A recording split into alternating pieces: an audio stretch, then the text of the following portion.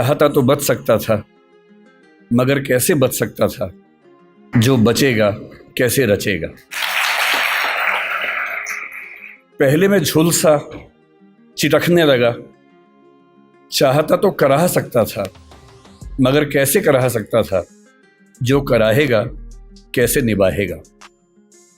और ये कविता कई ऐसे संदर्भों को लेकर आगे बढ़ती है और हर संदर्भ में जीवन का एक बड़ा महत्वपूर्ण पहलू हमारे सामने आता है।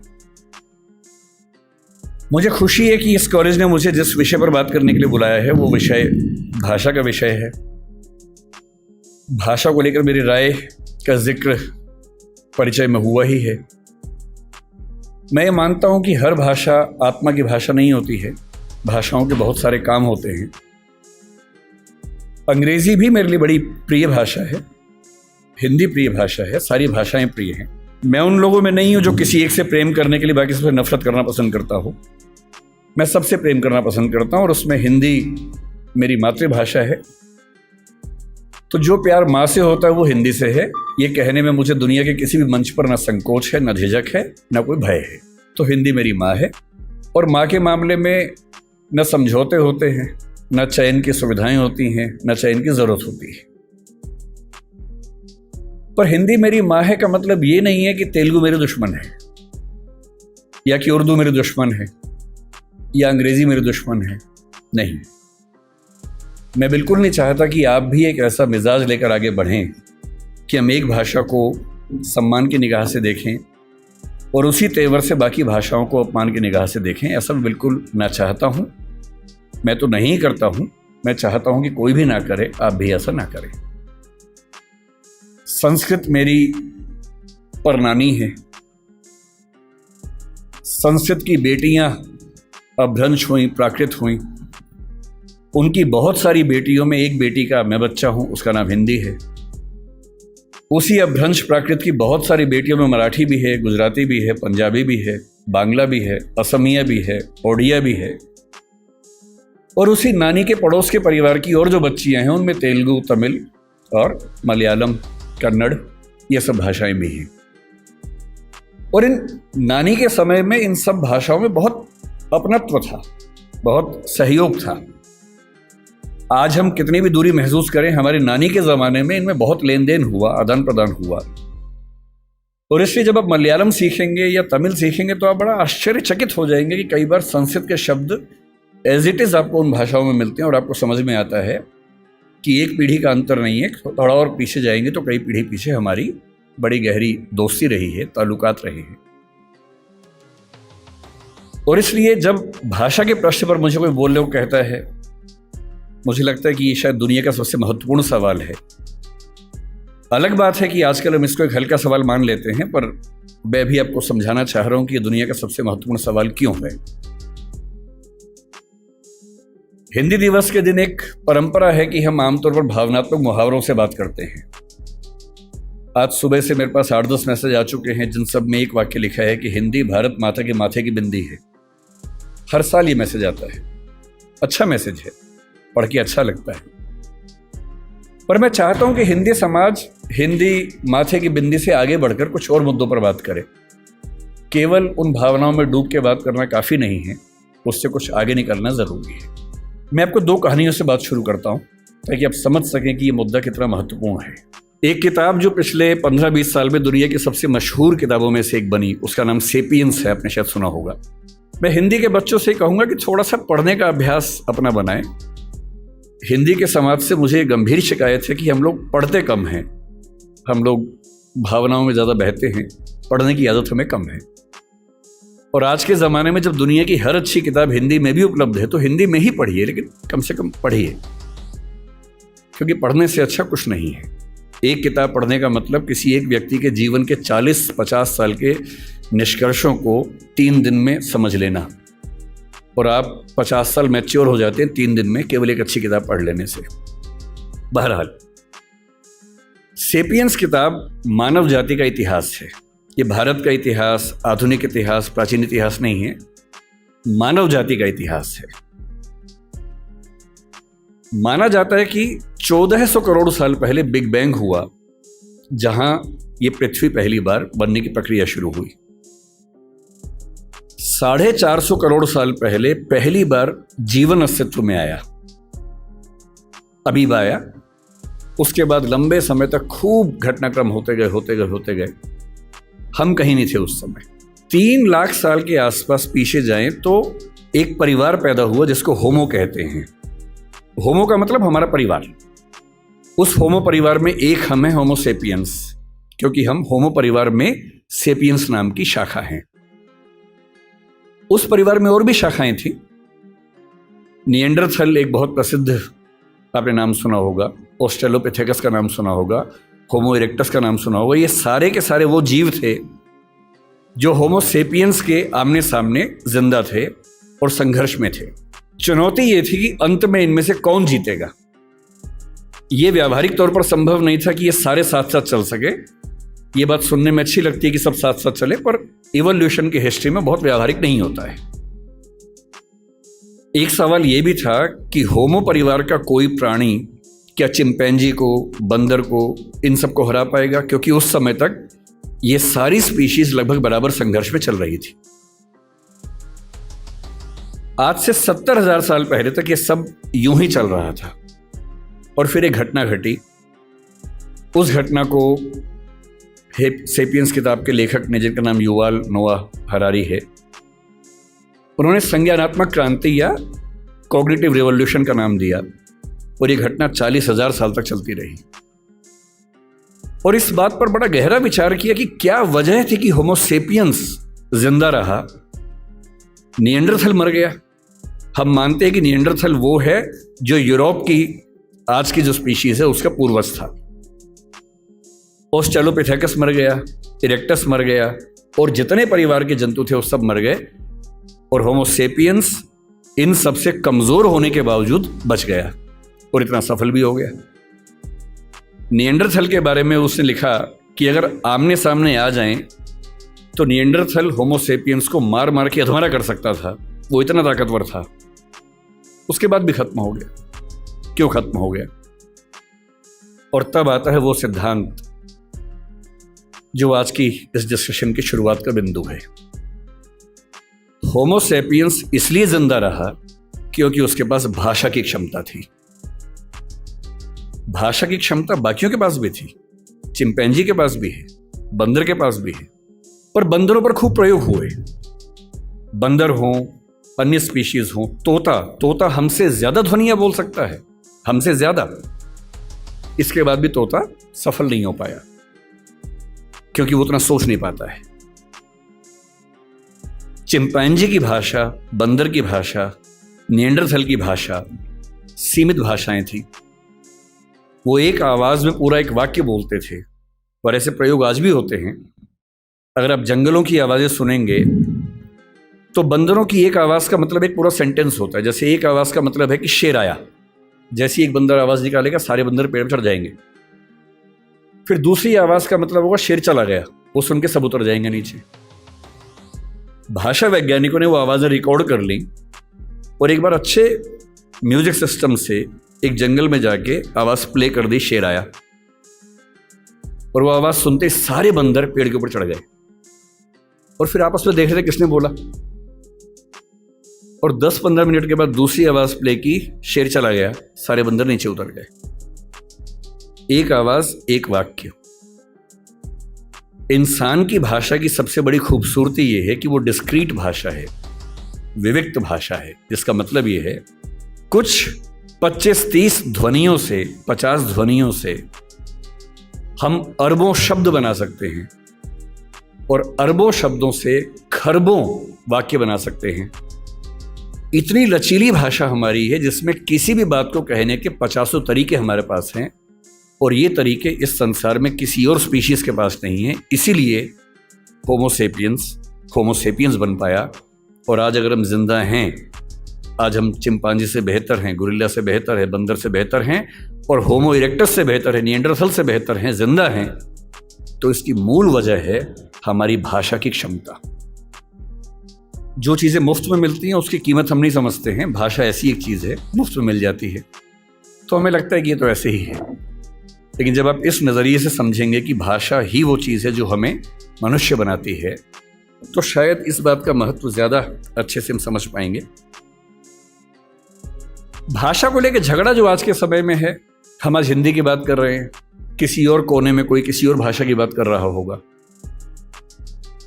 ऐसा क्यों नहीं होता कि दुनिया में एक ही भाषा होती? ऐसा क्यों है कि भाषाएं बहुत सारी हैं? ना बहुत सारी भाषाएं होती ना झगड़े होते, सब एक ही भाषा बोल रहे होते। सोचने में कितना अच्छा लगता है।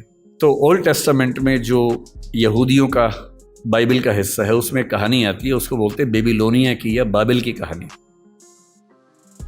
कहानी ये है कि एक बार ईश्वर ने, यहूदियों के ईश्वर याहवे ने, जब देखा कि मनुष्य बहुत पाप कर रहे हैं तो उसने बहुत तेज बाढ़ पैदा की।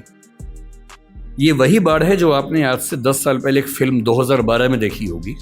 ये उसी बाढ़ की कहानी है।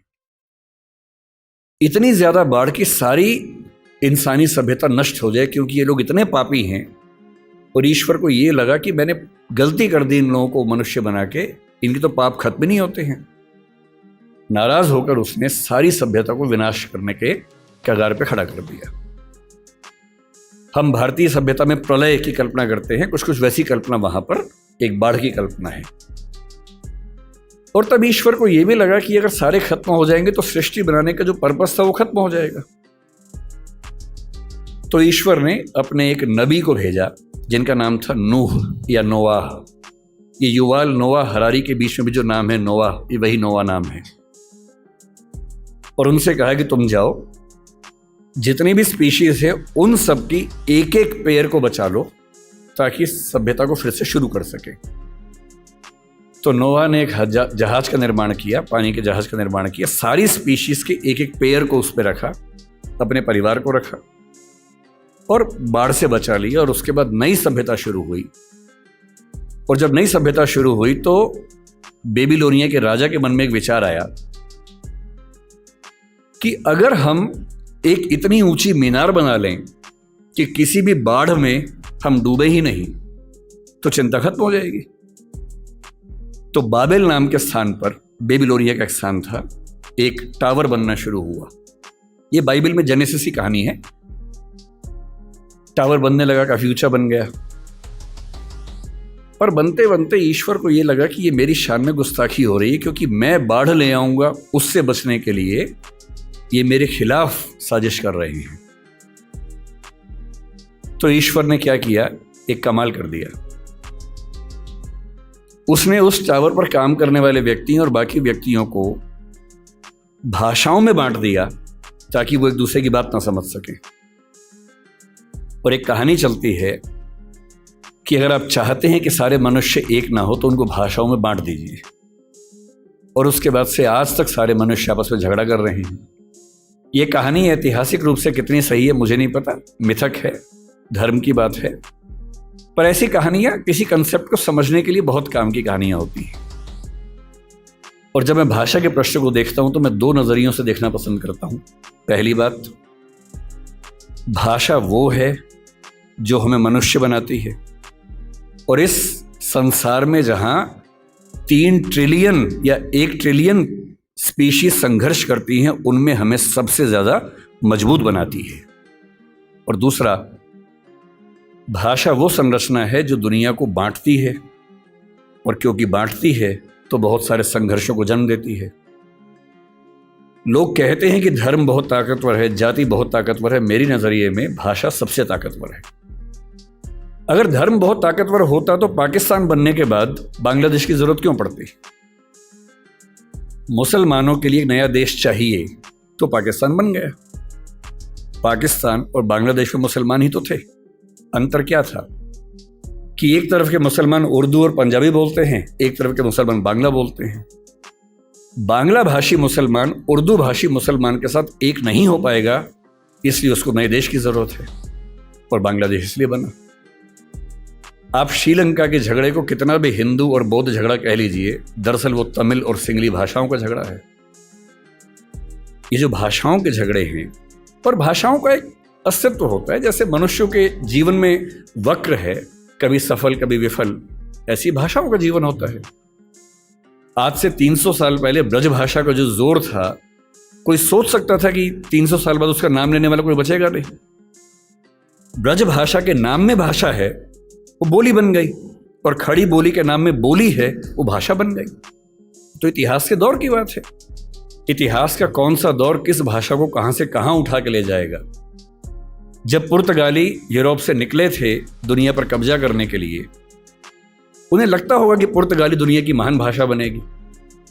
बाद में फ्रांसीसियों ने, हॉलैंड के डच लोगों ने, अंग्रेज़ों ने आपस में झगड़े किए, फ्रेंच लोगों ने झगड़े किए। उन झगड़ों में संयोग से अंग्रेजी जीत गई, और क्योंकि अंग्रेजी जीत गई, क्योंकि अंग्रेजी का असर भारत पे पड़ा, अंग्रेजी का असर अमेरिका पे पड़ा, अंग्रेजी का असर अफ्रीका पर ज़्यादा पड़ा, इसलिए आज अंग्रेजी दुनिया की सबसे प्रसिद्ध भाषा है, प्रचलित भाषा है। ऐसा थोड़ा ना कि अंग्रेजी बहुत महान भाषा है, भाषाएं सारी महान हैं। और अगर तकनीकी तौर पे देखें तो हिंदी भाषा वैज्ञानिक तौर पर अंग्रेजी से बेहतर भाषा है।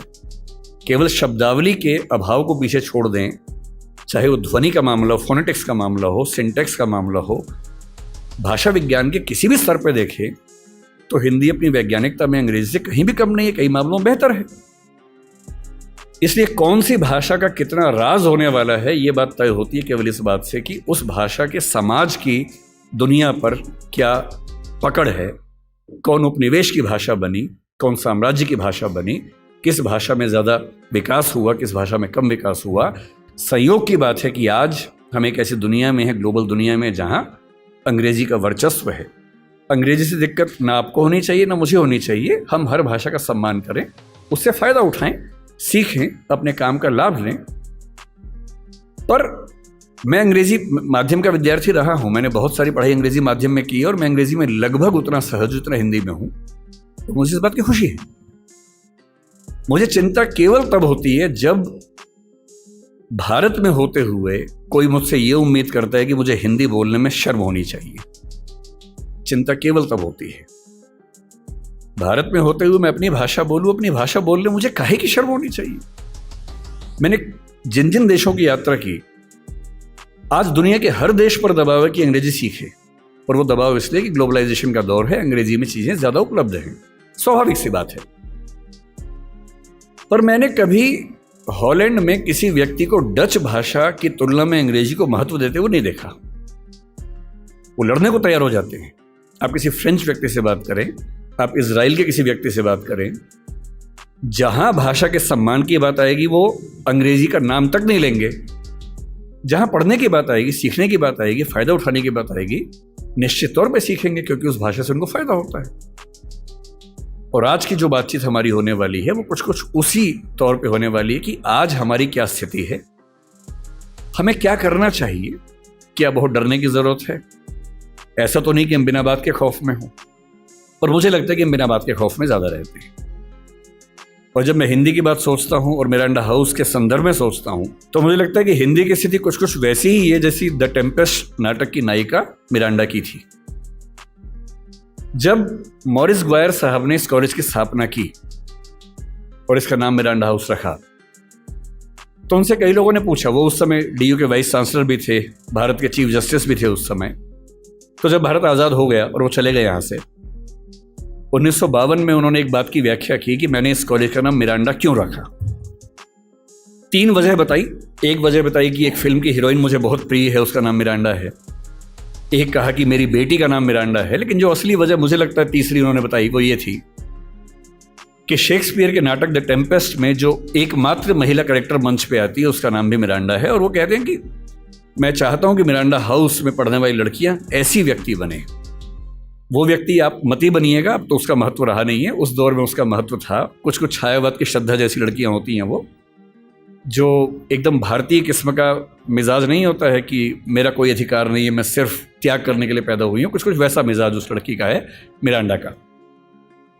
उस नाटक में एक बड़ी खास बात है, मिरांडा बहुत योग्य लड़की है, उसकी समझ बड़ी गहरी है, पर वो अपने पिता और अपने होने वाले पति, प्रोस्पेरो उसका पिता है, फर्डिनेंड उसका होने वाला पति है, वो उन दोनों के इतने कंट्रोल में है कि वो खुद को डिफाइन उन्हीं के नजरिए से करती है।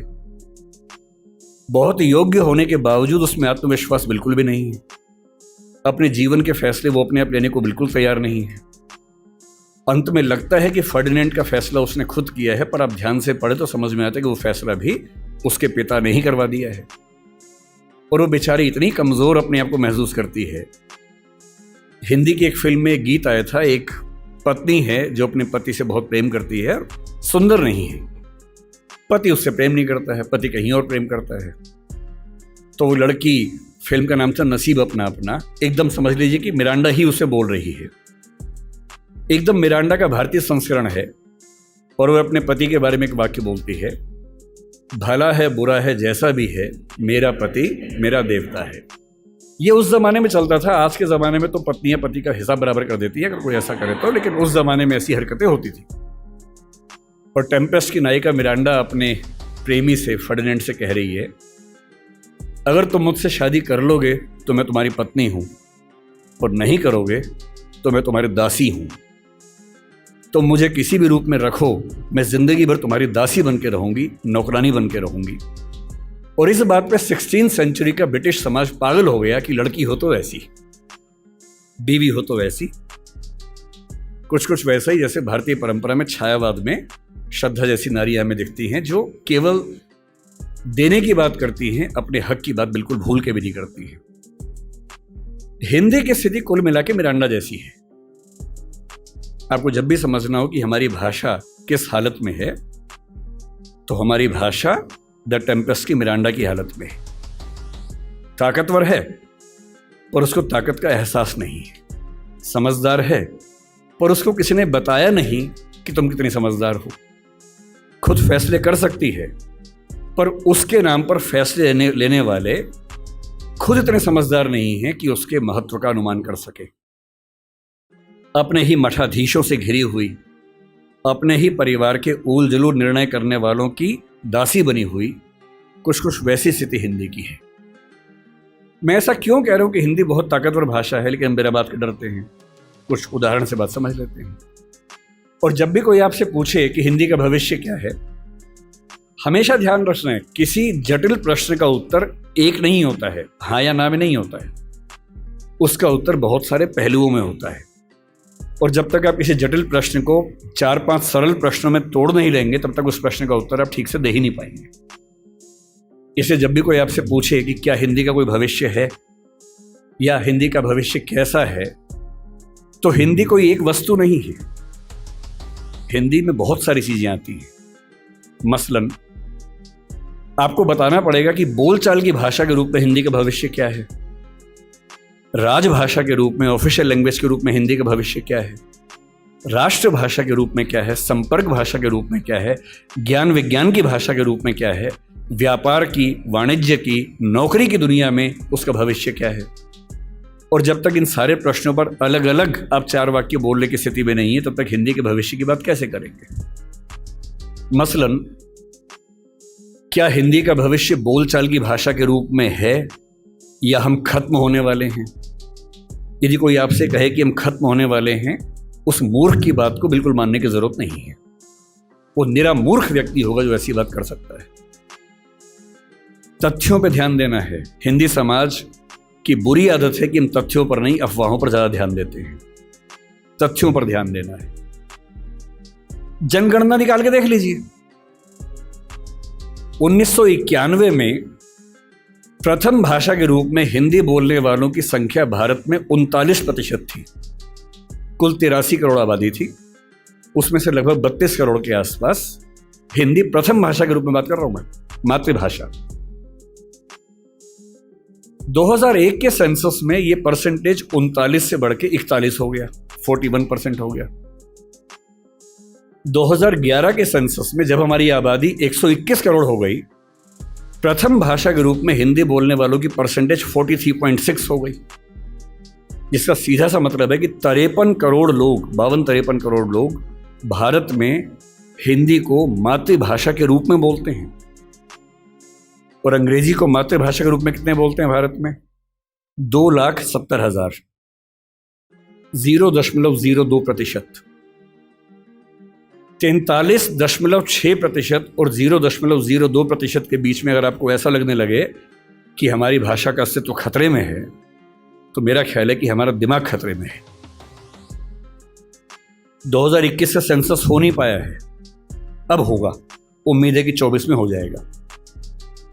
हमारी आबादी आज के समय 143 करोड़ की है, अनुमान जो है, अगले साल तक 145 के आसपास होनी चाहिए। 145 करोड़ में प्रथम भाषा के रूप में हिंदी बोलने वालों की संख्या अनुमान है कि 45 से 46% अगले साल होने वाली है, और जिसका मतलब ये है कि लगभग मान के चले कि 64 से 66 करोड़ के बीच में मातृभाषा बोलने वाले हिंदी समाज के लोग होने वाले हैं। अगर आपको लगता है कि 65 करोड़ लोगों की मातृभाषा खत्म होने वाली है, तो इससे हास्यास्पद क्या हो सकता है? ऐसा कोई सवाल ही पैदा नहीं होता, कल्पना भी नहीं करनी चाहिए इस चीज की। फिर सवाल उठता है कि क्या हम दुनिया में बहुत कमजोर हैं? भारत की जनगणना सर्वेक्षण में 31 भाषाओं की बात होती है, दुनिया के सर्वेक्षण में 7,115 भाषाओं की बात होती है।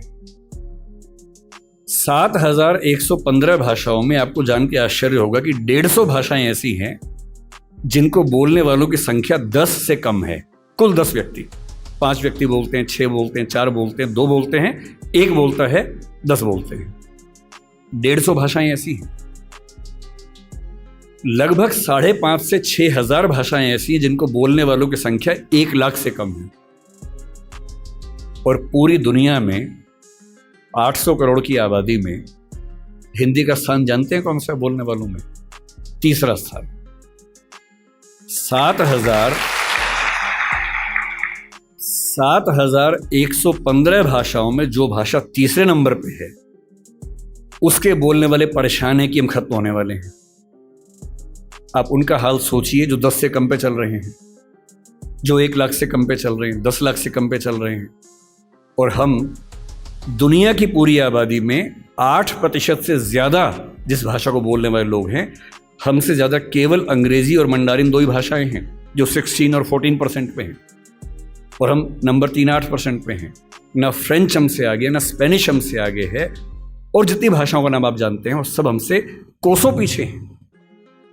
इसलिए बोलचाल की भाषा, सांस्कृतिक भाषा, सामाजिक भाषा के तौर पर हिंदी पर न खतरा है, न खतरा आने की संभावना है। इसको मन से एकदम निकाल दीजिए, दूर दूर तक निकाल दीजिए।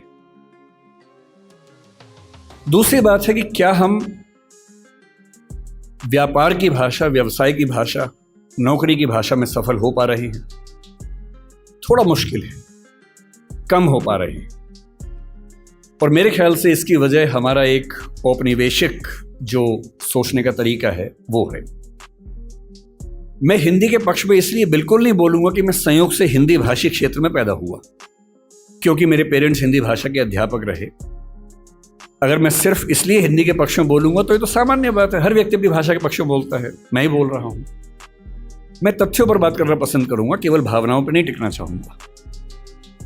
मैंने दुनिया के जितने देश देखे, मैंने किसी देश में मातृभाषा की उतनी बुरी गत नहीं देखी जितनी अपने देश में देखी।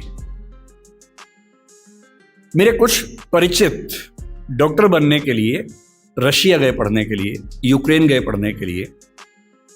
तो मैंने उनसे पूछा, मैंने कहा कैसे पढ़ते हो भाई, वहां कौन सी भाषा में पढ़ाते हैं? अंग्रेजी में पढ़ाते हैं? बोले नहीं, रशियन में पढ़ाते हैं मेडिकल साइंस।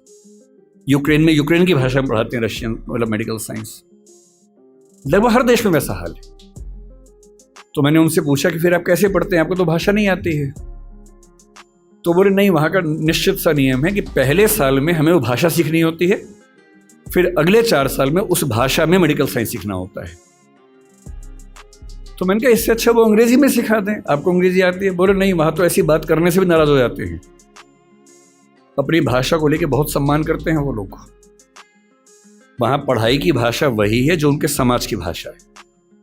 अंग्रेजी भी है, रिसर्च में है, जहाँ ज़रूरत है अंग्रेजी भी है, अंग्रेजी के विभाग हैं, वो भी एक भाषा के तौर पर है।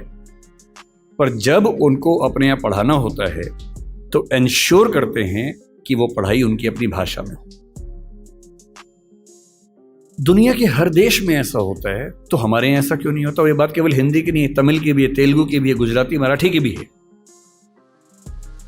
मेडिकल साइंस पढ़ने के लिए हमें अंग्रेजी में ही मेडिकल साइंस क्यों पढ़ना पड़ेगा? इंजीनियरिंग पढ़ने के लिए हमें अंग्रेजी में ही क्यों पढ़ना पड़ेगा? और मुझे खुशी है इस बात की कि हमारी केंद्र सरकार में गृह मंत्री ने पिछले साल एक बहुत बड़ा कदम उठाया है। मध्य प्रदेश पहला ऐसा राज्य बना है जहां मेडिकल साइंस, इंजीनियरिंग और मैनेजमेंट की पढ़ाई हिंदी में शुरू हो गई है और किताबें भी तैयार हो गई हैं, इंजीनियरिंग की भी, मेडिकल साइंस की भी। ऐसी कौन सी रॉकेट साइंस है इसमें? ऐसा कौन सी आश्चर्य की बात है? एक ही तनाव हो सकता है कि भाई आप जब बात करेंगे टर्म्स की, तकनीकी शब्दों की बात करेंगे, तो तकनीकी शब्दों को आप दूसरी भाषा में आराम से नहीं ला सकते क्योंकि उस भाषा में उतने शब्द विकसित नहीं होंगे। कोई बात नहीं, आप बीमारियों के नाम, लेबोरेटरी के टेस्ट के नाम वैसे के वैसे अंग्रेजी में स्वीकार कर लीजिए, उसको देवनागरी लिपि में लिख लीजिए जैसे आप व्हाट्सएप पे लिखते ही होंगे। आप हिंदी भाषा में रोमन मैसेज करते ही हैं, मतलब अंग्रेजी की लिपि में हिंदी लिखते ही होंगे कई बार। तू कहाँ जा रही है, TU के, अब तो आपने और छोटा कर दिया, KHA कहाँ हो गया उसी में, जा में जे से ही काम चल जाता होगा, RH से रही हो जाता होगा और H से है हो जाता होगा। इसी को भाषा का अपभ्रंश बनना बोलते हैं, जो आजकल हम नए सिरे से बना रहे हैं। क्या समस्या है? मेडिकल साइंस की पूरी किताब हिंदी में हो और उसमें अंग्रेजी के तकनीकी शब्दों का इस्तेमाल वैसा का वैसा हो, इसमें क्या परेशानी है? और जब भाषा हम सीखते हैं, आपको आश्चर्य होगा, मैं फिर कह रहा हूं, मैं तथ्यों की बात करूंगा, रिसर्च की बात करूंगा, भावनाओं की बात नहीं करूंगा। दुनिया में स्थापित सिद्धांत है, यूनेस्को पीछे पड़ा हुआ है इस चीज के लिए। दुनिया में स्थापित सिद्धांत है कि कोई भी बच्चा दुनिया का जितनी आसानी से अपनी भाषा में सीख सकता है, दूसरी भाषा में सीख ही नहीं सकता। इस पे एक्सपेरिमेंट्स हुए बहुत सारे। जो लेटेस्ट एक्सपेरिमेंट्स हैं उनमें से एक आप सर्च कीजिएगा, इथियोपिया में 1994 में एक एक्सपेरिमेंट हुआ। वो जो करने वाले नाम है, उनका व्यक्ति का नाम इरेद सईद ऐसा कुछ नाम है, बहुत प्रसिद्ध है। आप इथियोपिया 1994 मदर टंग इतना करके सर्च कर लीजिए, तुरंत सामने आ जाएगा। उस व्यक्ति ने बहुत गंभीर रिसर्च की। 1994 में इथियोपिया ने, जो कि एक अफ्रीकन देश है, क्या किया, एक नियम बनाया कि हमारे सारे स्कूलों में प्राथमिक शिक्षा हमारी भाषा में दी जाएगी और चौथी क्लास के बाद हम बच्चों को अंग्रेजी में शिफ्ट करेंगे। दो ऑप्शन से, एक है कि बचपन से अंग्रेजी पढ़ाएं, एक चौथी क्लास के बाद अंग्रेजी में शिफ्ट कर दें, क्योंकि उच्च शिक्षा के मामले में अंग्रेजी ज्यादा कारगर भाषा थी, वहां भी थी, यहां भी थी, आज भी है कई मामलों में। इतना ही चेंज किया कि नर्सरी से नहीं पढ़ाएंगे, चौथी क्लास तक पढ़ाएंगे अपनी भाषा में, अंग्रेजी भी हल्का फुल्का सिखाते रहेंगे, और जब अंग्रेजी में एक ठीक ठाक स्तर आ जाएगा फिर मीडियम चेंज कर देंगे। वो रिसर्च आज की दुनिया में एजुकेशन साइंस की सबसे प्रामाणिक रिसर्च मानी जाती है और वो साबित करती है कि बच्चों की अटेंडेंस बढ़ने से लेकर, बच्चों की समझदारी बढ़ने से लेकर, बच्चों की जिज्ञासा बढ़ने से, बच्चों की पढ़ाई में रुचि बढ़ने से लेकर, और बच्चों की अपने परिवार, अपने समाज, अपनी संस्कृति के साथ लगाव बढ़ने के स्तर तक हर मामले में मातृभाषा में पढ़ाई करने से बेहतर स्थितियां बनी। मैं फिर कह रहा हूं, ये बात हिंदी की नहीं है, ये मराठी की भी है, तेलुगु की भी है, तमिल की भी है। मुझे दया आती है उन बच्चों पर जिनमें मेरा बच्चा भी शामिल है। मैं भी उसी समाज की पैदाइश हूं, उसी समाज के दबाव मुझ पर भी काम करते हैं, और ये रिसर्च मैंने संयोग से अपने बच्चे के प्राथमिक शिक्षा के बाद पढ़ी, पहले पढ़ी होती शायद। तब भी मैं क्या करता, दिल्ली में आपको एक भी अच्छा स्कूल मिलेगा ही नहीं जो मातृभाषा में पढ़ाता हो। एक ऐसा माहौल है, मुझे दया आती है उन बच्चों पर। वो घर में जब 9-10 महीने के होते हैं या 3 साल के जब होते हैं, तब वो स्कूल जाना शुरू करते हैं। 2.5 साल का बच्चा अपनी भाषा में कॉम्प्लेक्स सेंटेंसेस बनाना सीख जाता है अपने आप, बिना एक शब्द भी पढ़े लिखे। आप घरों में देखिए छोटे बच्चों को, अच्छे से वाक्य बोलेंगे, और 2.5 साल का बच्चा तो नए वाक्य बनाने लगता है, वो भी जटिल वाक्य, सरल वाक्य नहीं। उस बच्चे की इतनी गहरी पकड़ एक भाषा में हो चुकी है, एक भी दिन स्कूल नहीं गया है। और इसलिए मातृभाषा का अध्यापन जब स्कूल में होता है, टीचर को पता होता है कि बच्चे को भाषा पहले से आती है, इसे दुरुस्त करना है, सिखाना नहीं है जीरो से। और वो बच्चा बड़े अच्छे मूड से स्कूल गया, उसे मम्मी को टाटा किया, स्कूल जाके पता लगा टाटा नहीं बोलना, बाय बोलना है। उसकी दुनिया खिसक जाती है उसके पैर के नीचे से। वहां उसे पता लगता है कि भिंडी नहीं है, ये लेडी फिंगर है। तुम जो लाए हो वो आलू नहीं है, पोटैटो है। रोटी नहीं है, ब्रेड है। ठीक है ना, ब्रेड तो वो होती है नहीं, वो सब ब्रेड्स होती हैं। समोसा है ही नहीं इंग्लिश में, उसको पता लगा कि होता ही नहीं है तो। और वो बेचारा एक अजीब सी कश्मकश में है। उसे अपनी भाषा में सीखना था कि जीरो क्या होता है, संख्या क्या होती है, एक क्या होता है। उसे अपनी भाषा में सीखना था कि सरकार क्या होती है, दुनिया क्या होती है, चलती कैसे है। उसे सीखना पड़ रहा है कि पहले ये समझो कि दुनिया नहीं वर्ल्ड होता है। अब उसकी आधी से ज़्यादा ऊर्जा वर्ल्ड पे अटकी हुई है और बाकी बची खुची ऊर्जा से वो समझ रहा है कि वर्ल्ड होता क्या है। उसकी आधी ऊर्जा लगी नंबर, शब्द याद करने में, ना कि ये समझने में कि संख्या क्या होती है, नंबर क्या होता है। एक अजीब सी साजिश दुनिया भर में चल रही है कि दुनिया के हर बच्चे को उसकी मातृभाषा से बचपन में ही वंचित कर दो। उसे एक ऐसी भाषा में सिखाओ जहां उसके लिए वो भाषा सीखना अपने आप में चैलेंज हो। और इसलिए आप देखेंगे कि अगर ज्ञान की दुनिया में दुनिया भर की भाषाओं के आम आदमी शिरकत नहीं कर पा रहे हैं, गलती से भी ये मत सोचिएगा कि दिमाग वाले लोग बहुत कम होते हैं और वही आगे बढ़ते हैं। दिमाग वाले अधिकांश लोगों को बचपन में ही खत्म कर देने की साजिश दुनिया भर में चल रही है। और जो अपनी भाषा में पढ़ ही नहीं पाएगा वो कैसे आगे बढ़ेगा, कैसे सीखेगा। मैंने 10वीं क्लास तक हिंदी माध्यम से पढ़ाई की है, उसके बाद अंग्रेजी सीखी है, ठीक से सीखी है। अंग्रेजी मुझे कहीं कोई समस्या नहीं आती है, इसमें क्या कोई परेशानी है।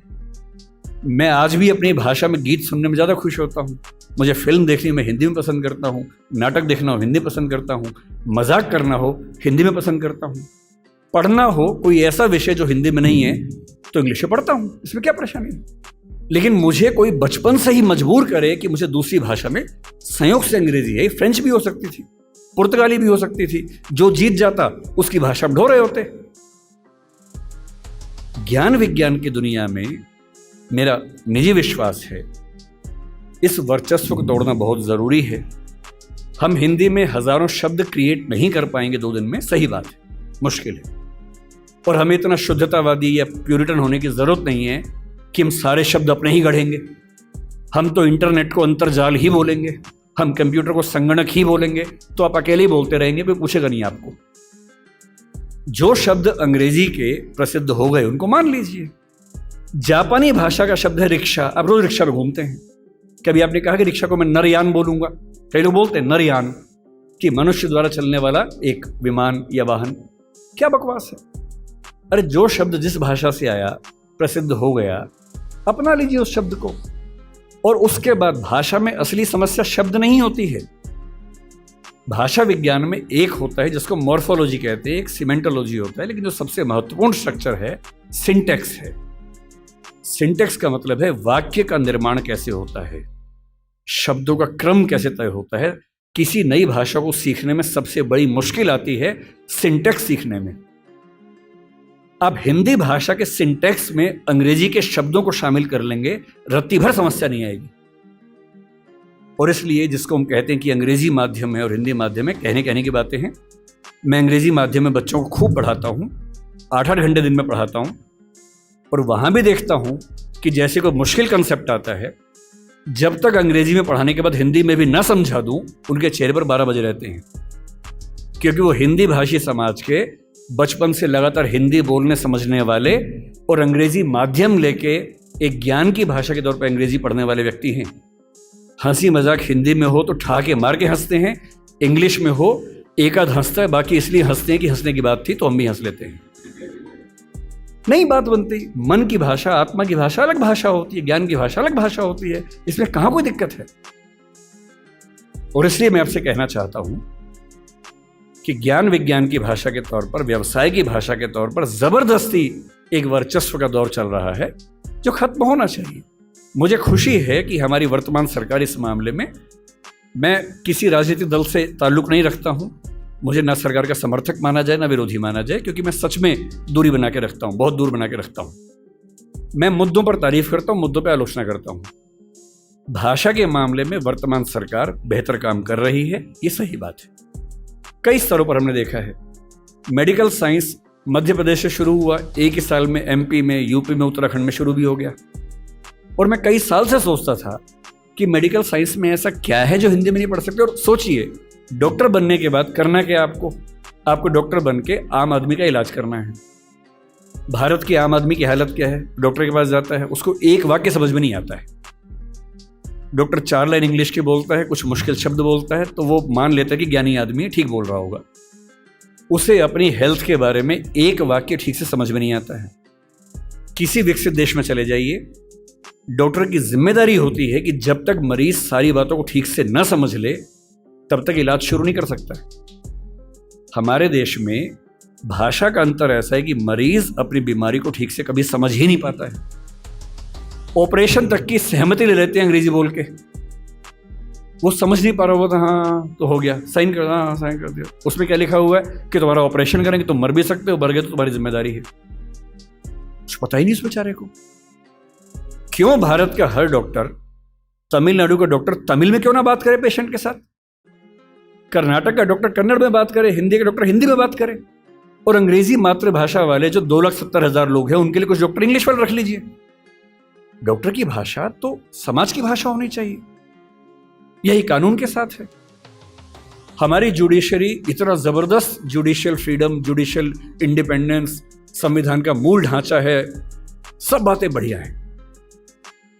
पर जिस देश की आबादी में 2,70,000 लोग अंग्रेजी मातृभाषा वाले हों, उस देश का सुप्रीम कोर्ट सारे निर्णय अंग्रेजी में ही देगा, ये कहाँ का लोकतंत्र है?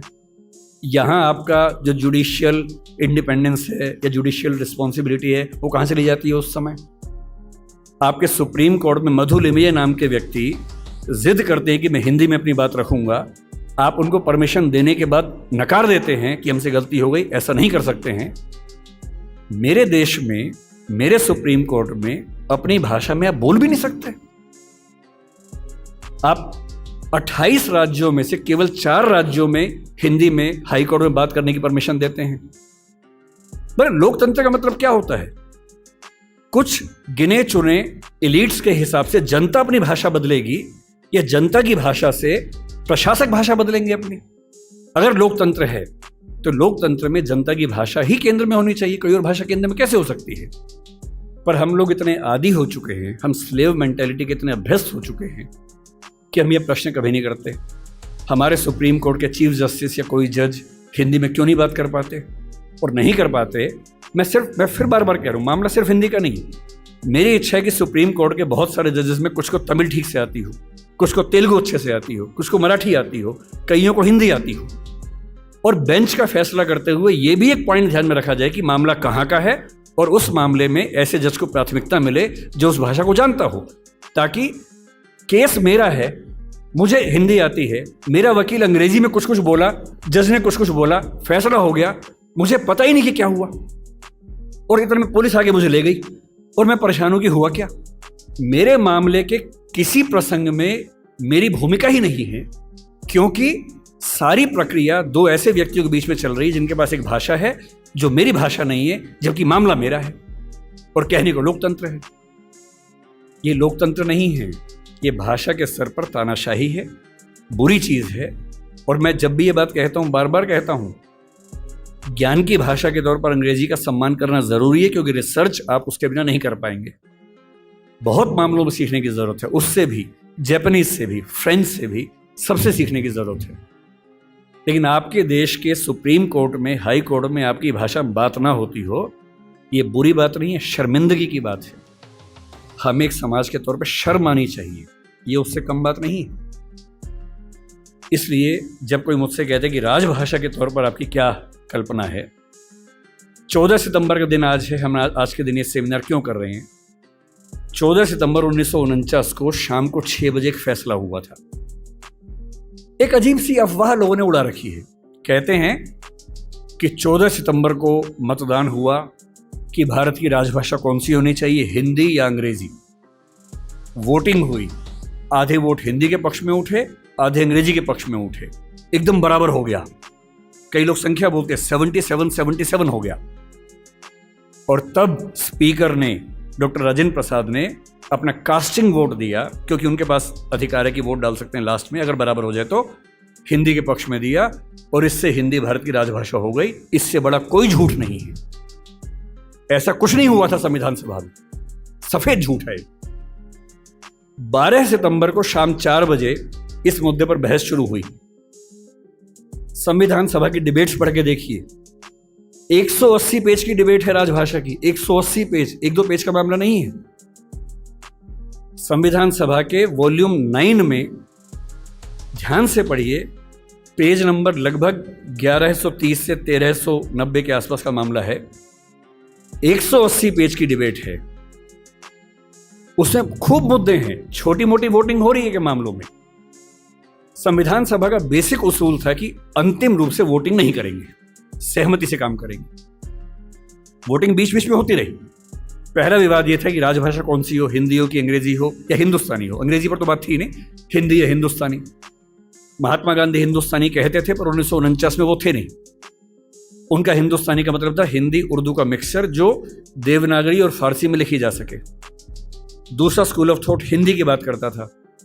अंत में सहमति बनी, हिंदी ही भारत की राजभाषा होगी। राजभाषा यानी सरकारी कामकाज की भाषा। दूसरा सवाल था कि लिपि कौन सी हो, देवनागरी हो, कुछ ने कहा कि देवनागरी और फारसी हो कि हिंदी को फारसी में भी लिख सके। कुछ ने कहा देवनागरी और रोमन हो, हिंदी को रोमन में जैसे व्हाट्सएप में लिखते हैं वैसे लिख सके। खूब विवाद हुआ, अंत में हुआ कि देवनागरी ही लिपि होगी। तीसरा विवाद यह हुआ कि जो अंक हैं हिंदी वाले, जो 1 से 0 से 9 तक के अंक हैं, वो हम अंग्रेजी के ढांचे में लिखेंगे या हिंदी के ढांचे में लिखेंगे। इस पर मतभेद था सबसे ज्यादा। इस पर वोटिंग में बराबरी हुई थी। और अंत में वोटिंग से नहीं, संविधान सभा के बाहर की बातचीत में समझौता हुआ। मुंशी साहब थे, के एम मुंशी थे, आयंगर साहब थे, उनकी बातचीत में समझौता हुआ कि ठीक है, अंतर्राष्ट्रीय अंक मान लेंगे। और उसके बाद गहमा गहमी के बाद 2 घंटे की रिसेस के बाद 14 सितंबर शाम 6 बजे आखिरी सेशन इस मामले पर हुआ, 2.5 दिन की बहस के बाद। और तब ध्वनि मत से बिना किसी वोटिंग के प्रस्ताव पारित हुआ कि हिंदी भारत की राजभाषा होगी, देवनागरी उसकी लिपि होगी और अंकों का अंतर्राष्ट्रीय स्वरूप उसका स्वरूप होगा। इस झूठ को मन से निकाल दीजिए। ये झूठ मैंने भी 1000 बार सुना था अपने अध्ययन के दौरान। हमारे अध्यापकों को भी ऐसा लगता था, मुझे भी ऐसा लगता रहा कई साल तक। संविधान सभा की डिबेट्स बढ़ी तब समझ में आया कि ये भ्रांति है, ऐसा कुछ नहीं हुआ था। पूरी सहमति के साथ भारत की राजभाषा हिंदी बनी थी 14 सितंबर को, और इसलिए आज के दिन को हम लोग हिंदी दिवस मानते हैं। और क्यों ना बनती, आप सोचिए क्यों ना बनती। दुनिया में 2 तरह के देश हैं, एक इंग्लैंड जैसा है, फ्रांस है, स्पेन है, जर्मनी मान सकते हैं, आज के समय के जर्मनी मान सकते हैं, उस समय का तो नहीं, आज के जर्मनी मान लीजिए, आप ग्रीस को मान लीजिए। ये सब देश वो हैं जो एक देश एक भाषा वाले लोग हैं। बांग्लादेश को मान लीजिए, बांग्ला बोलते हैं, एक देश एक भाषा है। पर कुछ देश ऐसे होते हैं जहां एक भाषा नहीं होती है। स्विट्जरलैंड में देखिए, छोटा सा देश है, 3 राजभाषाएं वहां पर हैं। बेल्जियम में देखिए, छोटा सा देश है, पर वहां भाषाएं 1 से ज्यादा चलती हैं। तो उस समय एक डिबेट थी कि भारत का मॉडल कौन सा होगा। क्या हम इंग्लैंड, फ्रांस, जर्मनी के मॉडल पे चलेंगे या हम स्विट्जरलैंड और बेल्जियम के मॉडल पे चलेंगे। तो क्योंकि भारत में भाषाएं बहुत ज़्यादा थी, उस समय हमने 14 भाषाओं को संविधान में स्थान दिया। शुरू में 13 को दिया, बाद में एक और जोड़ दिया। तो अब तो खैर 22 भाषाएं हैं 8वीं अनुसूची में। डिबेट ये थी कि भारत की राजभाषा कौन सी हो। ऐसे मामले में 2 ही फैसले हो सकते हैं। एक तो ये हो सकता है कि भाई जितनी महत्वपूर्ण भाषाएं सबको बना दो। अगर सबको बनाएंगे तो हर डॉक्यूमेंट 10 भाषाओं में बनेगा, वो आसान काम नहीं है। दूसरा, लोकतंत्र में क्या तरीका है, जिस भाषा को बोलने वाले, समझने वाले सबसे ज्यादा हैं उसको बना दीजिए। यही सहमति बनी। स्वाधीनता संग्राम में हिंदी को राष्ट्रभाषा, राजभाषा बनाने की बात किन लोगों ने की, आपने कभी गौर किया है? हिंदी को राष्ट्रभाषा बनाने के सबसे बड़े समर्थक कौन थे? महात्मा गांधी, गुजरात के थे, गुजराती आदमी। के एम मुंशी गुजरात के थे, पटेल गुजरात के थे, आज भी गुजरात के 2 लोग लगे हुए हैं। हिंदी को भारत की राष्ट्रभाषा बनाने की जो बात आई है, हिंदी समाज से ही नहीं आई है। महात्मा गांधी गुजराती व्यक्ति होकर हिंदी के पक्ष में सबसे ज्यादा पड़े हुए थे। महाराष्ट्र में तिलक थे, सावरकर थे, वो मराठी की बात नहीं कर रहे, वो हिंदी की बात कर रहे थे। पंजाब में लाला लाजपत राय थे। आप बंगाल में जाएंगे, केशव चंद्र सेन से परंपरा शुरू होती है, सुभाष चंद्र बोस तक परंपरा जारी है, वो सब हिंदी की बात कर रहे हैं। पूरे भारत में, दक्षिण भारत तक में ये सहमति बन गई थी। महात्मा गांधी ने पूरी एक संस्था खड़ी की, दक्षिण भारत हिंदी प्रचार सभा। कितने साल तक काम करते रहे वहां पर, एक सहमति बनाई पूरे देश में, क्योंकि इतना बड़ा स्वाधीनता आंदोलन बिना एक भाषा के नहीं चल सकता। बेबीलोन की कथा बन जाती बाबेल जैसी, कि सब लोग अलग भाषाएं बोलते हैं, लड़े कैसे अंग्रेजों से। इसलिए कांग्रेस ने 1915 के आसपास से ही भाषा पे काम करना शुरू किया और ये मान लिया कि जब तक अंग्रेजी में काम करेंगे वकीलों का आंदोलन रहेगा, जनता का नहीं बनेगा। वो वकीलों का आंदोलन जनता का आंदोलन तब बना जब लोक भाषाओं में लड़ा गया, और लोक भाषाओं में सबसे बड़ी भूमिका हिंदी की रही। आज अगर कोई मुझसे पूछे कि भारत में कौन सी राजभाषा या संपर्क भाषा बन सकती है, आप डेटा देखिए, सेंसस को देखिए। हिंदी बोलने वालों की कुल संख्या पहली, दूसरी, तीसरी भाषा के तौर पर भारत में कितनी है इस समय? 69 करोड़ है 2011 के सेंसस में। 57% ऑफ पॉपुलेशन भारत की, first, second, third. First language में 43.6% है, तीनों मिला ले 57%, 69 करोड़ संख्या है। क्यों है? 10 राज्य हिंदी भाषा वाले हैं। फिर वो सारे राज्य जो संस्कृत से ही बने हैं, वो हमारे ननिहाल के हैं। इसलिए आप महाराष्ट्र जाएंगे, क्योंकि मराठी संस्कृत से बनी है, आपको मराठी हिंदी में दिक्कत नहीं आती, क्योंकि दोनों की रूट सेम है। यही गुजराती में है, यही पंजाबी में है, यही सिंधी में है, यही असमिया में है, यही ओडिया में है, यही बांग्ला में है। ये सातों राज्यों की भाषाएं संस्कृत के रूट से बनी हुई है, इसलिए हमारी रूट सेम होने से दिक्कत नहीं आती है। केवल दक्षिण भारत की चार भाषाएं मुख्य रूप से, और उत्तर पूर्व की, असम की आगे की भाषाएं। उत्तर पूर्व में भी आप अरुणाचल प्रदेश जाइए, हिंदी में कहीं कोई दिक्कत नहीं है। अरुणाचल प्रदेश में बड़ा आश्चर्य की बात है कि हिंदी सब बोलते हैं। अंडमान निकोबार जाइए, हिंदी सब बोलते हैं, वहां पर कहीं कोई समस्या नहीं। हैदराबाद में हैदराबादी हिंदी चलती है। मुंबई मराठी क्षेत्र होकर हिंदी का गढ़ बना हुआ है। और जो दक्षिण के 4 राज्य हैं उनमें भी, क्योंकि 10वीं क्लास तक हिंदी आमतौर पर स्कूल में पढ़ाई जाती है, तमिलनाडु में कुछ गांवों को छोड़ देंगे, मैंने पूरा भारत ठीक से घूमा हुआ है, और मुझे आज तक हिंदी से काम चलाने में दिक्कत नहीं आई। 69 करोड़ की आबादी 121 करोड़ में से आज 145 करोड़ हैं। ये संख्या मिनिमम आप मान के चलिए कि 75 करोड़ के आसपास होने वाली, 80 करोड़ होने वाली है। इस 69 करोड़ अगर मैं 2011 की बात मान लूं, तो तुलना में कौन है? नंबर 2 पर कौन आता है? बांग्ला। हिंदी में कितना है? 57% है। बांग्ला में कितना है? 9% है। आप किसे बनाएंगे राजभाषा भारत की? संपर्क भाषा किसे बनाएंगे? 57% के बाद सीधा 9% है। नंबर 3 पे मराठी आती है, अभी आ गई है। पहले नंबर 3 पे तेलुगु थी, अब मराठी आ गई है। कितना है? 8.7% है। नंबर 4 पर तेलुगु है, 8% के आसपास है। यानी एक भाषा बोलने वाले 57% हैं। नंबर 2 वाले 9, 8.7, 8, 6, 4, 3। क्या लोकतांत्रिक तरीके से कोई कंपटीशन बनता है किसी तरह का? और संपर्क भाषा संविधान लिखे या ना लिखे, संविधान में लिखा भी नहीं है। संविधान में कहीं नहीं लिखा कि भारत की संपर्क भाषा कौन सी है, ना लिखा है भारत की राष्ट्रभाषा कौन सी है, केवल लिखे भारत की राजभाषा कौन सी है। 14 सितंबर को हुआ था। उस समय आर्टिकल 301 था, लेकिन जब संविधान फाइनल हुआ तो आर्टिकल 343 से 351 तक का हिस्सा, जो अंतिम प्रारूप संविधान का बना, उसमें राजभाषा का भाग 17 है, जो प्रारूप में भाग 14 था। इसलिए हमें डरने की जरूरत नहीं है। हम स्वाभाविक तौर पर भारत के भाषा के डेमोग्राफी के नक्शे में सबसे बुलंद आवाज हैं, तो हमारी आवाज की पहचान होनी चाहिए। हमें खौफ किस बात का होना चाहिए? क्यों मिरांडा बनने की जरूरत है भाई? अपने धौस में रहिए, आत्मविश्वास से भर के रहिए। और इसलिए आप भारत में कहीं चले जाइए, भारत का हर ऑटो वाला, टैक्सी वाला अपनी भाषा और काम चलाऊ हिंदी जानता है, क्योंकि उसको पता है कि भारत में काम करने के लिए बहुत मुफीद है, सहज है कि हिंदी आ गई तो अब सबसे काम चला लेते हैं, और इसलिए हिंदी संपर्क भाषा बनती है। राष्ट्रभाषा की पदवी संविधान में नहीं है। हमें उसकी ऐसी जिद नहीं करनी चाहिए, क्योंकि हम पर एक आरोप है, हमें उससे बचना चाहिए। हमें भाषा का सम्मान करना है, दूसरी भाषाओं का अपमान नहीं करना है। हमें भाषा के लिए संघर्ष उस तरह से नहीं करना कि सबको काट देंगे, मार देंगे। हमें ये नहीं कहना कि अंग्रेजी खत्म करो, तेलुगु खत्म करो, तमिल खत्म करो, नहीं, सबके साथ रहना है।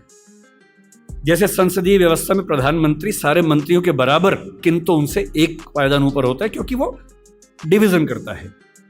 ठीक वैसे भारत की सारी भाषाएं राष्ट्रीय भाषाएं, तमिल भी राष्ट्रभाषा है भाई, तेलुगु है, मराठी है, कन्नड़ है, असमिया है, सब राष्ट्रभाषाएं हैं। इन सब में सबसे ज्यादा हमारी भाषा बोली जाती है, तो सिंबॉलिकली हम थोड़े ज्यादा राष्ट्रभाषा है क्योंकि पूरा राष्ट्र हमें समझ पाता है। और जिस दिन आपने ये तेवर अपना हटा लिया, अभी तेवर क्या है, आप बीच बीच में बाकी भाषाओं के खिलाफ खड़े हो जाते हैं,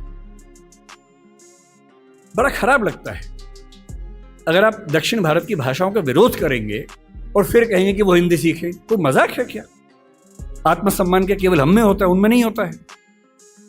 एक भी व्यक्ति का आत्मसम्मान बिल्कुल भी प्रभावित ना हो, अगर इस तेवर के साथ अपनी भाषा को आगे लेके बढ़ेंगे तो भाषा आगे बढ़ेगी।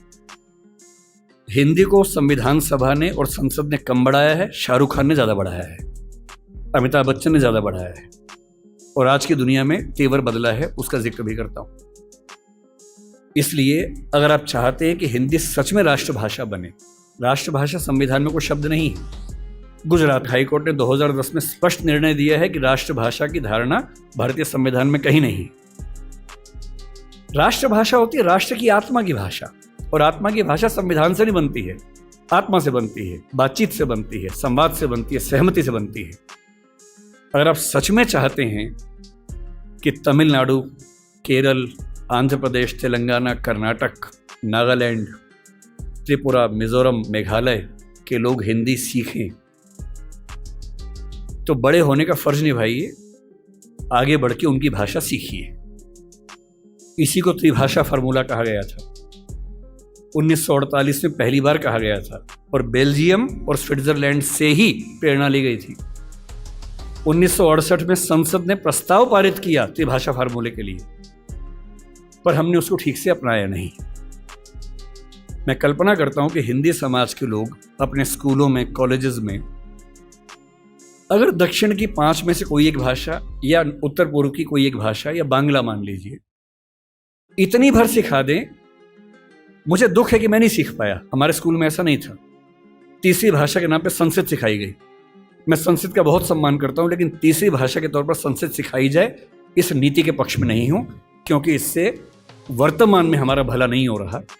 वर्तमान में भला तब होता जब मुझे मराठी सिखाते, या तमिल सिखाते, या मेघालय की भाषा सिखाते, और मैं कम से कम तमिलनाडु जाके वहां के ऑटो वाले से तमिल के 4 वाक्य बोल देता, तो वो कहता कि अरे वाह क्या बात है यार, फिर कहता कि मैं भी हिंदी सीखूंगा।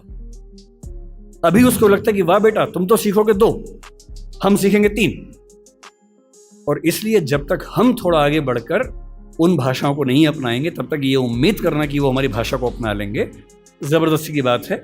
और जबरदस्ती हिटलर की नहीं चली तो हमारी क्या चलेगी? ना किसी की चली है, ना दुनिया में चलेगी। ये मान के चलिए, लोकतंत्र का जमाना है, समझा बुझाकर, संवाद से, बातचीत से फैसले होंगे, फैसले जोर जबरदस्ती नहीं होंगे। आजकल एक नया तमाशा हिंदी बनाम उर्दू को लेकर चल रहा है। आजकल हिंदी वाले अलग ही मूड में चल रहे हैं, कह रहे उर्दू को खत्म कर दो, मुसलमानों की भाषा है। भाषा किसी धर्म की नहीं होती है। तमिलनाडु का मुसलमान तमिल बोलता है, केरल का मुसलमान मलयालम बोलता है, और किसी भी समाज का व्यक्ति होगा, उसका धर्म कुछ भी हो, उसकी भाषा वही होगी जो उसके भौगोलिक क्षेत्र की भाषा है। उर्दू हिंदी समाज की भाषा है, मेरठ के इलाके में पैदा हुई है, हमारी गोद में पली है वो भाषा, हिंदी की गोद में बनी है। उसका व्याकरण पूरा का पूरा खड़ी बोली हिंदी का व्याकरण है। पाकिस्तान ने उर्दू को आयात किया है, क्योंकि पाकिस्तान की जमीन पे उर्दू पैदा नहीं हुई, उर्दू मेरठ के आसपास पैदा हुई, पाकिस्तान ने इंपोर्ट किया उस भाषा को। अपनी भाषा को हम इस तौर से बोलते हैं कि खत्म कर देंगे। पहली बात तो ऐसा बोलना नहीं चाहिए, दूसरी बात कर भी नहीं पाएंगे। किसी के चाहने से भाषाएं खत्म नहीं होती। भाषाएं तब खत्म होती है जब भाषाओं का आत्मसम्मान मर जाता है, और जिस भाषा में आत्मसम्मान होता है उसको मारने वाला कोई दुनिया में पैदा नहीं हुआ। किसी भाषा को आप खत्म कर देंगे ऐसा मिजाज मत रखिए। कुछ दिन पहले जावेद अख्तर साहब कहीं मंच पर बोल रहे थे, किसने उनसे यही सवाल पूछ लिया, तो उन्होंने एक बड़ा अच्छा शेर बोला, अगर मैं ठीक याद कर रहा हूँ उन्होंने कहीं बोला था वो शेर, और ये शेर उर्दू पे नहीं है, इसको आप हिंदी पे अप्लाई कर लीजिए, कोई आपको हिंदी पे डराए तो हिंदी पे अप्लाई कर लीजिए। शेर ये बोला, उर्दू को हम एक रोज मिटा देंगे जहां से, किसी ने कहा कि हम उर्दू खत्म कर देंगे, उर्दू को हम एक रोज मिटा देंगे जहां से, ये बात भी कमबख्त ने उर्दू में कही है। अजीबोगरीब बातें हैं, हिंदी बोलने वाला 10 वाक्य बोल के दिखाए और उर्दू का एक शब्द इस्तेमाल ना करे, उर्दू बोलने वाला 10 वाक्य बोल के दिखाए, संस्कृत से बदला हुआ कोई शब्द इस्तेमाल ना करे, करके दिखा दे। पाकिस्तान के लोग करके दिखा दें। मैं एक बार पाकिस्तान के नेताओं की भाषा सुन रहा था, बहुत ध्यान से सुना, नोट किया, और मैंने पाया कि 100 शब्द बोलते हैं तो कम से कम 30 शब्द संस्कृत से बदले हुए शब्द बोलते हैं, और तेवर क्या है कि हम तो उर्दू वाले हैं।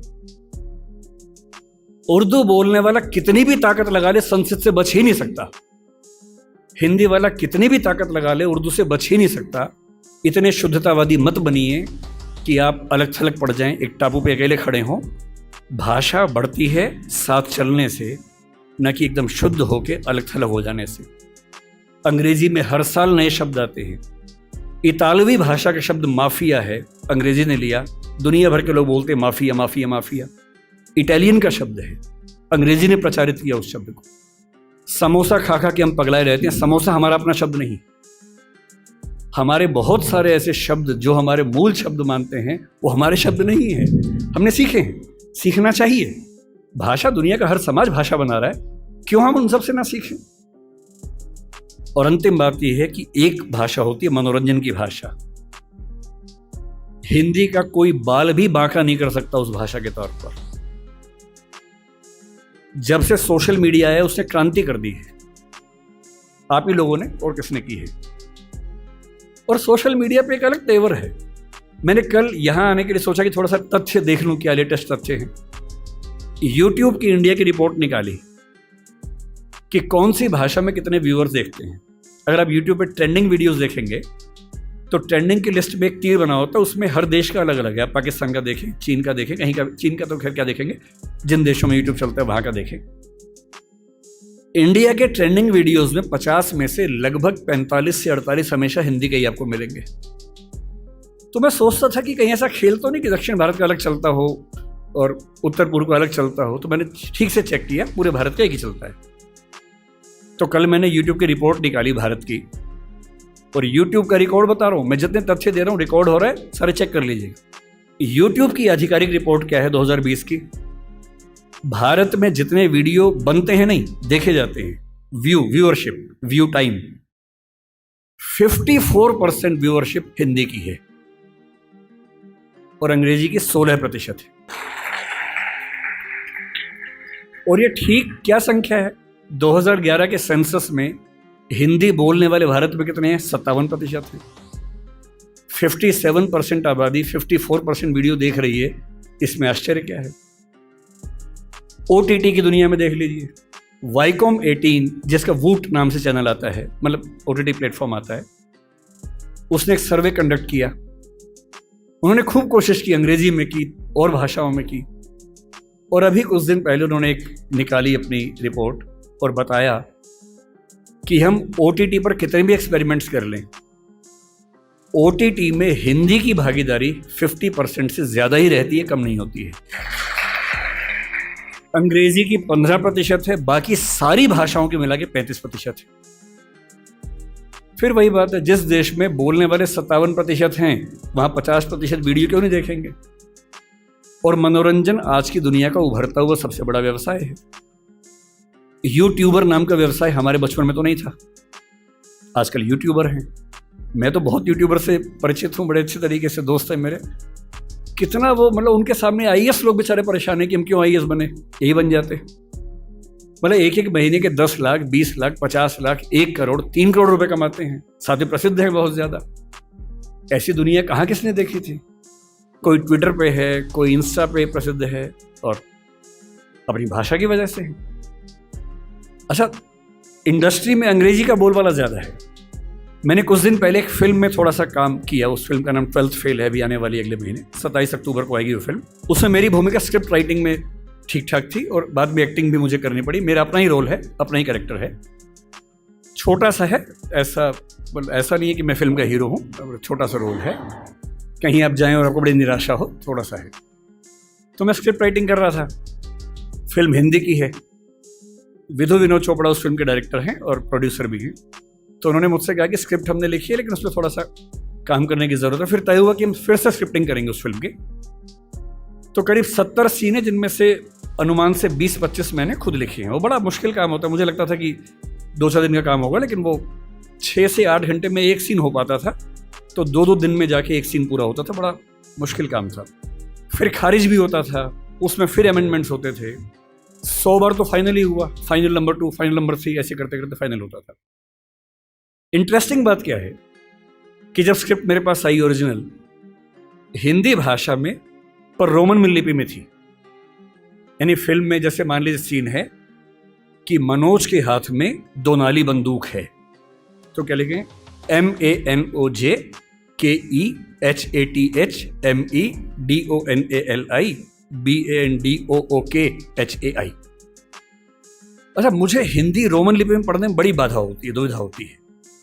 एक तो बात यहां से वहां हो जाती है, जैसे कोई ध और ढ का अंतर बता ही नहीं सकता अगर मैं रोमन में लिखूं। कोई ऐसा शब्द हो जिसमें ध और ढ में कंफ्यूजन हो जाए। अब मैं कुछ भी करके नहीं समझ सकता कि DH ध है कि ढ है, क्योंकि वो लिपि मेरी भाषा के हिसाब से बनी ही नहीं है।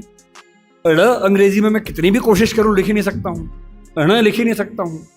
मैं हरियाणा में जा रहा हूं और मैं हरियाणा में बोल रहा हूं कि ए बालक इधर आ, बालक नहीं बोलते हैं, ड़ बोलते हैं, जो ड़ भी नहीं है ल भी नहीं है, दोनों के बीच के साउंड है। अब मैं रोमन में कितनी भी कोशिश करके लिख ही नहीं सकता वो चीज। और एक्टर को बोलना क्या है? बालक। सड़क नहीं लिख सकता हूं, SARAK या SADAK कैसे लिखूं? या तो उस लिपि को उसके फोनेटिक्स के हिसाब से चेंज करूं, जो फिलोसफी में हम करते भी हैं, नहीं तो कैसे काम चले। तो मैंने उनसे कहा, मैंने कहा सर मैं, देखिए मुझे बड़ी असुविधा होती है इसमें, मैं देवनागरी में लिखूंगा और आप कहेंगे तो मैं उसको रोमन में कर दूंगा बाद में, पर पहली बार मैं आत्मा में उतरने दो, मुझे देवनागरी में लिखने दो। तो उनको आश्चर्य हुआ कि ऐसा भी होता है, क्योंकि उस इंडस्ट्री में आमतौर पर ऐसा नहीं होता है। तो मैंने देवनागरी में एक सीन लिखा, लिख के भेजा। नियम था कि मैं रोज रात को 3 बजे ईमेल करता था। मेरा शेड्यूल था 3 बजे सोने का, उनका था 5 बजे उठने का। तो 5 बजे उठ के पढ़ते थे और 6 बजे तक कमेंट्स आ जाते थे, फिर मैं उठने के बाद उसको ठीक करता था। तो जब पहली बार मैंने भेजा उनको हिंदी में सीन लिख के, तो नेक्स्ट डे वीडियो कॉल हमारी चल रही थी। अब सोचिए, विधु विनोद चोपड़ा जो कि बहुत बड़े डायरेक्टर प्रोड्यूसर है इस इंडस्ट्री के, 5-6 लोग टीम में हैं, बड़े बड़े लेखक हैं, डायरेक्टर्स हैं, वो सब उस टीम में वीडियो कॉन्फ्रेंसिंग में हैं। सबके सामने क्या बोले यार ईमानदारी की बात है, पढ़ के मज़ा आ गया। मुझसे काफ़ी बड़े हैं, मुझे छोटे भाई की तरह मानते, बोले विकास अब तू ऐसे लिख यार, ऐसी मज़ा आता है। और बाकी टीम को बोले कि तुम्हें इंग्लिश में करना हो करना, बाद में हम हिंदी में करेंगे। उसके बाद वो पूरी फिल्म हिंदी में लिखी गई। बाद में इंग्लिश में हुआ, जब शूटिंग हुई तो उसको इंग्लिश में कुछ एक्टर्स के लिए किया गया, क्योंकि हर एक्टर नहीं समझ पाता। विशेष रूप से मान लीजिए कोई एक्टर दक्षिण भारत से आ जाए, उसको हिंदी में फिल्म शूट करनी है, कैसे करेगा बेचारा? उसको रोमन में लिख के देते हैं। पर कुछ लोग हैं, अमिताभ बच्चन एक ज़माने में ऐसा करते थे, आशुतोष राणा इस समय ऐसा करते हैं। मेरे मित्र हैं, कुछ दिन पहले बता रहे थे कि उनकी स्क्रिप्ट अभी भी हिंदी में लिखी हुई आती है, देवनागरी में लिखी हुई आती है। उनका तेवर है कि भाई देवनागरी में पढ़ूंगा, रोमन में नहीं आत्मा पकड़ में आती है, तो करते हैं उसमें। मेरा जो कहना है वो ये कि मनोरंजन की दुनिया में इतने अवसर हैं और उन अवसरों में हिंदी का मुकाबला किसी भाषा में नहीं हो सकता है। बस थोड़ा सा अपनी ताकत का एहसास करिए, घबराइए मत, डरिए मत। हिंदी समाज की सबसे बड़ी समस्या एक ऐसा डर है जो बिना किसी वजह के, जो मिरांडा को था। वो योग्य थी, समझदार थी, और उसको ये एहसास करा दिया गया था कि तुम सही फैसले नहीं कर सकती हो, तुम्हारे फैसले हम करेंगे। यही हिंदी समाज की बात है।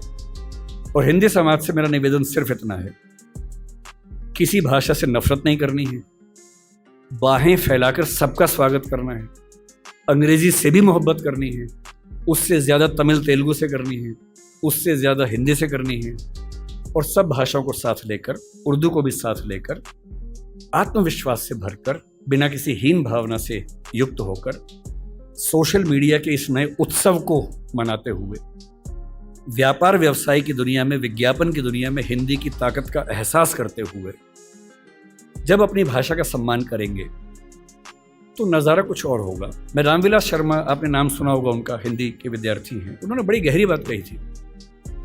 उनका एक कंसेप्ट है, आपने पढ़ाई होगा, हिंदी जातीयता को लेकर उन्होंने खूब बात की। उन्होंने कहा कि भारत की अकेली हिंदी भाषा है जिसमें जातीयता की भावना कम है।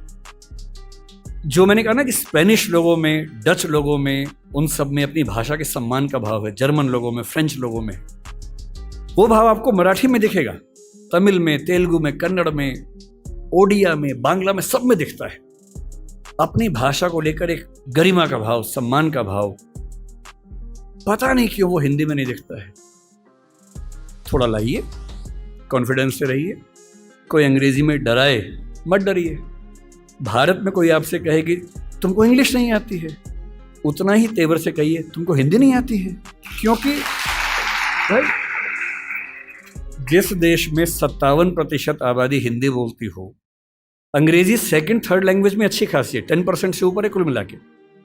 अगर तीनों स्तरों को मिला लें तो हिंदी की एकदम बाद अंग्रेजी आती है, फिर बांग्ला आती है, 10.5% के आसपास है।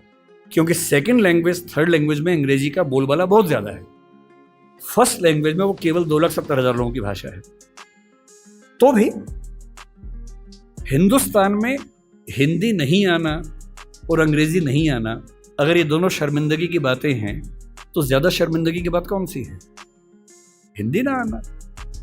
तो कोई अगर आपसे बोले कि मुझको हिंदी नहीं आता है, तो आप ऐसे बोलना कि मुझको अंग्रेजी नहीं आता है, और थोड़ी बहुत आती है, मेरा काम चल जाता है। अगर मुझे खेती करनी है तो मुझे अंग्रेजी क्यों चाहिए? अगर मुझे छोटा मोटा उद्यम करना है, अंग्रेजी क्यों चाहिए? हाँ, अगर मुझे सुप्रीम कोर्ट का वकील बनना है तो अंग्रेजी चाहिए। अगर मुझे एकेडमिक्स में, रिसर्च में जाना है, माइक्रोबायोलॉजी में जाना है, तो अंग्रेजी चाहिए। और उसमें भी धीरे धीरे क्यों ऐसा ना हो कि हिंदी में पढ़ने लिखने की संस्कृति बने। एक अंतिम निवेदन आपसे कर रहा हूँ। हिंदी समाज को लेकर मेरी गंभीर शिकायत है कि हम पढ़ते लिखते नहीं हैं, अफवाहें फैलाते हैं, अफवाहें सुनते हैं, प्रभावित होते हैं। थोड़ा पढ़िए, तथ्यों को देखिए, रिपोर्ट्स को पढ़िए, किसी भी मुद्दे पर जो तथ्य हैं उनको समझकर अपनी राय बनाइए, दिमाग की खिड़कियां खोलिए। और मेरा मानना है कि एक समाज के तौर पर यदि हम ऐसे हो जाएंगे तो हमारा सम्मान खुद ब खुद दुनिया भर में होगा। केवल भारत का मसला नहीं है, पूरी दुनिया में होगा। धन्यवाद। सर, मैं अंग्रेज़ी मीडियम की छात्रा हूँ, पर मतलब मैंने स्कूलिंग भी इंग्लिश मीडियम से की है, तो वहाँ भाषा बहुत सरल होती थी। पर जब मैं दिल्ली में आई, फिर बहुत बड़ी कन्फ्यूजन हो गई मेरे को। मेरे को लगता है मैं इंग्लिश में फिट नहीं बैठ पाती, हिंदी में भी फिट नहीं बैठ पाती। तो फिर इसका कोई सॉल्यूशन ना मेरे को ढंग से, मतलब इंग्लिश में चीज़ें हिंदी में चीज़ें समझने में ज़्यादा अच्छा लगता है, पर मेरा मीडियम इंग्लिश है और हिंदी में मुझे ज़्यादा इतनी मतलब जो डीप वाली पकड़ होती है वो नहीं है। आपकी भाषा कैसी है इसका फैसला 2-3 तरीके से होता है। पहला ये कि आपका सिंटैक्स, यानी भाषा में जो व्याकरण के नियम हैं, वाक्य बनाना, समझना, जटिल वाक्य बनाना, उन सब में आप सहज हैं या नहीं, ये पहला सवाल है। और दूसरा ये कि उसमें जितने नए नए शब्द आते हैं वो आपको समझ में आते हैं नहीं आते हैं। मेरे ख्याल से अगर आप अंग्रेजी माध्यम के विद्यार्थी हैं तो आपको अंग्रेजी में सिंटैक्स में दिक्कत नहीं होगी, टेंसेस समझ में आते होंगे, मुश्किल से मुश्किल वाक्य भी आपको समझ में आता है कि वाक्य कैसे बना हुआ है, लिख भी लेती होंगी आप। मेरे अनुमान से आपकी दिक्कत ज़्यादा इसलिए है कि शब्द इतने सारे नए अचानक आ रहे होंगे कि उन सबको समझ पाना मुश्किल होता होगा। तो मेरा अनुमान ये कि ये समस्या तो एक उर्वर भूमि है, अपनी भाषा को अच्छा करने का एक तरीका है। और पहले के लोग बोलते थे कि रोज़ 5 नए शब्द सीखो, वो एक आउटडेटेड कंसेप्ट है। आज का कंसेप्ट ये कि जो भी शब्द आपके सामने पहली बार है उसे नोट कीजिए, उसे 2-3 तरह से वाक्यों में इस्तेमाल कीजिए और उस डायरी के शब्दों को रोज़ कोशिश करके 1-2 शब्दों का इस्तेमाल करते रहिए। तो अंग्रेजी को अच्छा बनाने के लिए 2-3 महीने काफ़ी हैं। कोई रॉकेट साइंस छोड़ना है, भाषा ही तो है। भले मेरी समझ है कि कोई भी भाषा चाइनीज़ को लेकर मैं थोड़ा पसोपेश में रहता हूँ। सामान्यतः कोई भी भाषा सीखने के लिए 3 से 6 महीने पर्याप्त होते हैं ठीक स्तर तक सीखने के लिए, चाहे वो अंग्रेजी हो चाहे वो हिंदी हो। तो अगर आपने अंग्रेजी में पढ़ाई अपनी की है, शुरू कर दी है, तो अंग्रेजी में पढ़ें और शब्द बढ़ाएं। और वैसे अगर आपके टीचर क्लास के बाद अलग से उसी बात को थोड़ा हिंदी में भी समझा दें तो शायद ज़्यादा अच्छे समझ में आएगा। और मैं अंग्रेजी माध्यम के बच्चों को देखता हूँ, वो कहने को इंग्लिश मीडियम के, पर जब हिंदी में समझाओ तो ज़्यादा समझते हैं। तो टेक्निकल वर्ड्स अंग्रेजी के, बाकी हिंदी में। अगर टीचर ना भी समझाए, मुझे नहीं पता यहाँ का तरीका क्या है, 3-4 दोस्तों का ग्रुप बना लीजिए कि क्लास में जो समझा इंग्लिश में, चलो हिंदी में डिस्कस करते हैं। तकनीकी शब्द इंग्लिश के रखिए, उसमें भाषा हिंदी रखिए, तो समझ में आएगा ठीक से। जी सर, धन्यवाद सर। जी सर, मेरा नाम समीक्षा मिश्रा है और मैं हिंदी विभाग की द्वितीय वर्षीय छात्रा हूँ। सर, पहले तो आपके वक्तव्य के लिए बहुत बहुत धन्यवाद। इससे पहले मैंने आपको हंसराज महाविद्यालय में सुना, मुझे वहाँ सुन के भी बहुत अच्छा लगा, पर आज अपने महाविद्यालय में इतने पास से आपको सुनकर बहुत ज़्यादा अच्छा लग रहा है।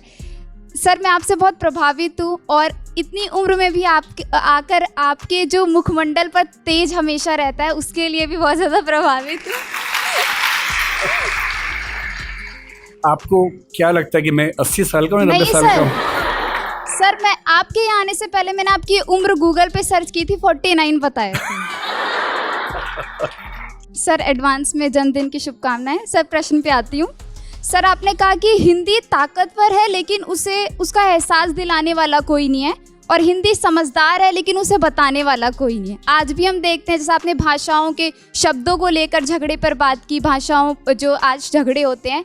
सर, आज एक ऐसा ही झगड़ा उठा है, थोड़ा राजनीतिक पक्ष है, लेकिन मैं जानना चाहूँगी आपके विचार कि आज भारत है और इंडिया शब्द है, इसको लेकर बड़ा विवाद छिड़ रहा है, और जो मीडिया है वो इस पर बड़ा मिर्च मसाला लगा के बताती है कि सरकार से पूछती है कि ये जनता जानना चाहती है, बल्कि जनता दोनों नामों में सुखी है। तो इस पर आपके क्या विचार हैं? क्या हमें उस इंडिया शब्द को अपना लेना चाहिए या दोनों ही हमारे लिए बेहतर है? देखिए, मैं फिर कहूँगा कि मुद्दों को ना अलग करके समझना पड़ेगा। पहली बात, ये विवाद इस समय क्यों उठा, इसके पीछे राजनीतिक कारण है, आपको भी पता है, मुझे भी पता है। मेरी अपनी समझ ये है कि 2 तरह से मुद्दे को देखना है। पहली बात, ये उठा क्यों, और दूसरी बात, सही क्या है, गलत क्या है। ये उठा क्यों, इसके पीछे राजनीतिक पृष्ठभूमि पूरा देश जानता है, आप भी जानती है, मैं भी जानता हूं।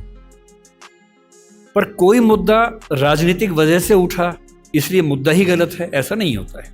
राजनीति कई बार गलत काम करती है, कई बार सही काम कर देती है, और जनता के दबाव में अगर सही काम हो ही जाए, राजनीतिक वजह से ही हो, तो भी क्या बुरा है। अब आते हैं इस सवाल पर कि भारत और इंडिया में से क्या सही है।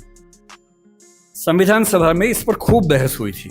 यह हमारे संविधान का अनुच्छेद 1 है और उसमें लिखा हुआ है, India that is Bharat shall be A union of states. बड़ी इंटरेस्टिंग बात है कि उस समय डिबेट थी कि भारत का नाम भारत रखें या इंडिया रखें। कुछ लोगों ने आर्यव्रत भी कहा, आर्यव्रत कहा, कुछ ने हिंदुस्तान कहा, सब नाम चले। अंत में सहमति बनी कि नहीं, भारत और इंडिया ही ठीक है। नेहरू जी ने खुल के तो नहीं, पर नेहरू जी के पर्सपेक्टिव से जो बात वहां पर ज्यादा आई वो ये थी कि हमारे संविधान के बनने की प्रक्रिया में जो बहुत सारे एक्ट थे जो अंग्रेजों ने बनाए थे, जैसे इंडिया इंडिपेंडेंस एक्ट 1947 का है, 1935 का एक्ट था, उन सब में इंडिया का इस्तेमाल था। उस समय के भारत की तरफ से जो समझौते अंतर्राष्ट्रीय थे, उन सब में इंडिया नाम था। पश्चिम की दुनिया हमें इंडिया के नाम से जानती थी, अमेरिका हो, फ्रांस हो, कोई भी हो, सब इंडिया जानते थे। नेहरू जी का मिजाज जो था वो ये भी था कि हमें ग्लोबल पर्सपेक्टिव में चीज़ों को देखना है, पूरी दुनिया से संवाद करना है, क्योंकि उनकी रुचि अंतर्राष्ट्रीय मुद्दों में ज्यादा थी, बहुत ज्यादा थी। मेरे ख्याल से इन सब वजहों से तय हुआ कि हम अपना नाम इंडिया रखेंगे, पर इंडिया के बराबर महत्व भारत का भी रहेगा। तो लिखा गया India that is Bharat. India जो कि भारत है, राज्यों का एक संघ होगा। 4 दिन पहले की बात है, मैं हॉलैंड में एक टैक्सी में बैठा हुआ था। इंटरेस्टिंग बात सोच के देखिए, टैक्सी का ड्राइवर मोरक्को का रहने वाला था। उसको जैसे ही पता लगा मैं भारत से हूं, उसने मुझसे यही सवाल पूछा। उसने कहा कि यू आर फ्रॉम इंडिया? मैंने कहा yes. We are listening to a debate India और Bharat, what do you think? मैं बड़ा चकित कि ये मोरक्को का आदमी हॉलैंड में रहता है, इसके मन में ये सवाल आ रहा है। तो मैंने कहा कि ये तो राजनीतिक कारणों से हुआ है, लेकिन बात अपने आप में सही है। मैंने कहा जैसे बॉम्बे मुंबई हुआ, मुझे खुशी हुई, क्योंकि मुंबई की आबादी के लिए मुंबई में जो मज़ा है वो बॉम्बे में नहीं है। बॉम्बे तो अंग्रेज़ों ने नाम दिया था।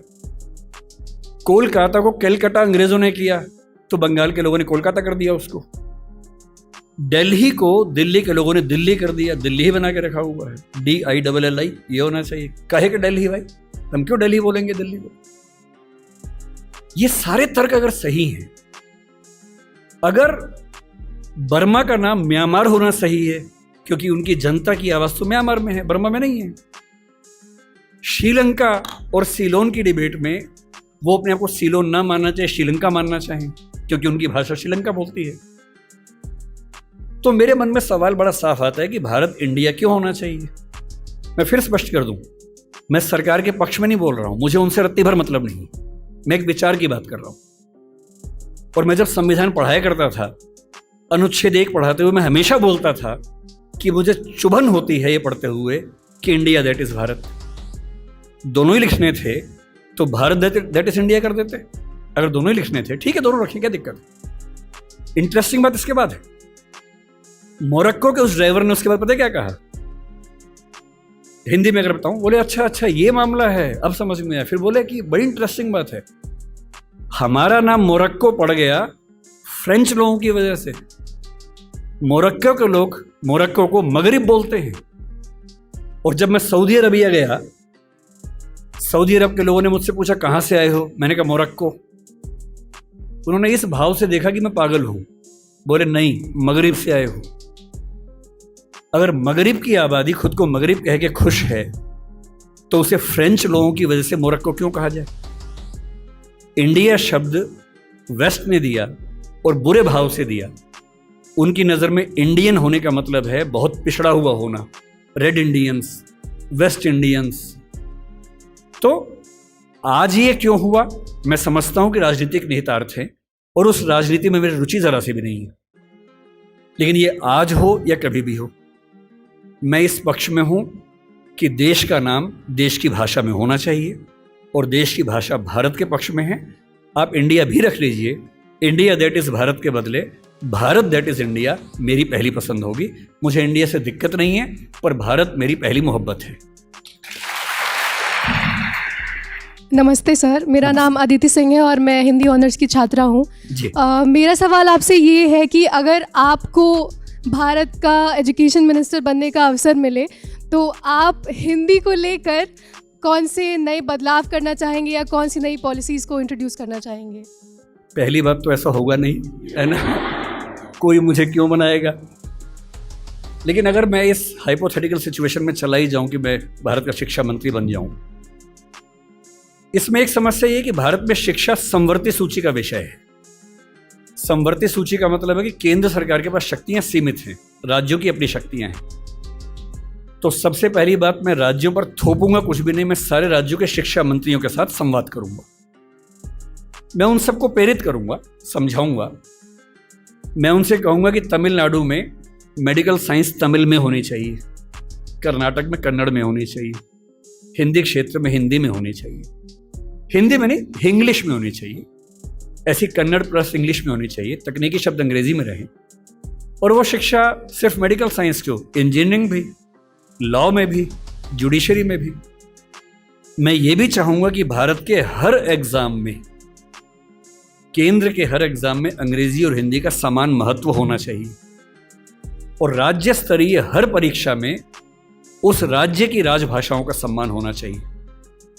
महाराष्ट्र PCS में मराठी की भूमिका अंग्रेजी से कई गुना ज़्यादा होनी ही चाहिए, क्योंकि वहाँ के SDM को, DSP को मराठी लोगों से बातचीत करनी है।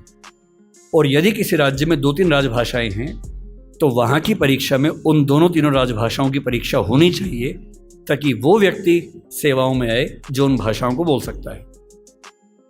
कुछ ऐसे प्रयास। और तीसरी बात, अभी हमें शिक्षा पर बजट हम बहुत कंजूसी से खर्च करते हैं। हमारा ज़्यादा बजट सेना पे खर्च होता है और चीज़ों पे होता है।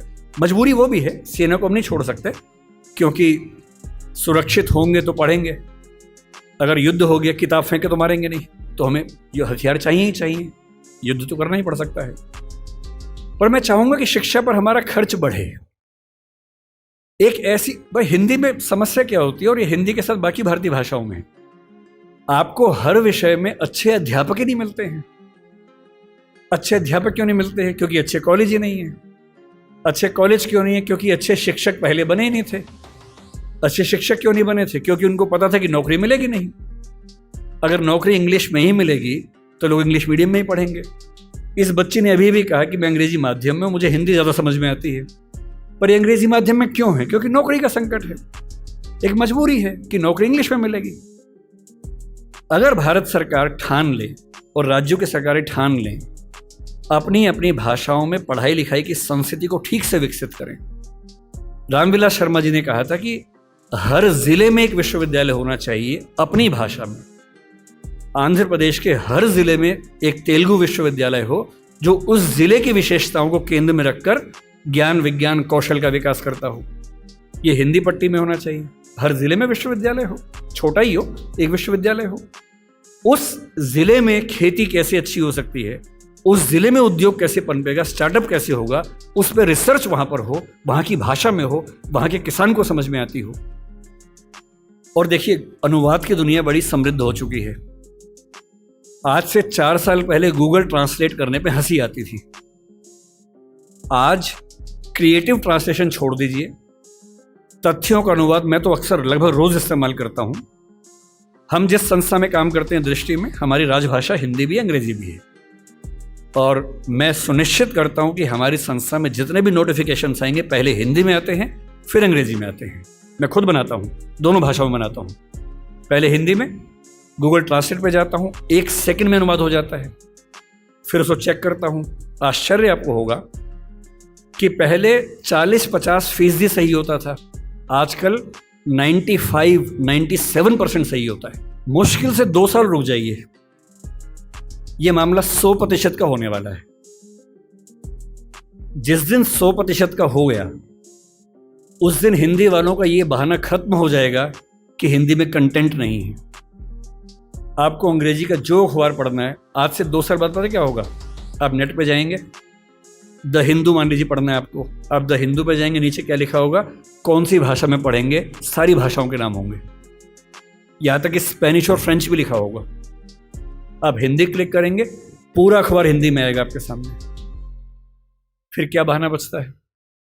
दुनिया की जो भी किताब पढ़नी है, एक टैबलेट आपके पास होगा या बुक रीडर होगा, दुनिया की जो किताब पढ़नी हो अपनी भाषा में आप पढ़ेंगे और अनुवाद की समस्या रत्ती भर नहीं होगी।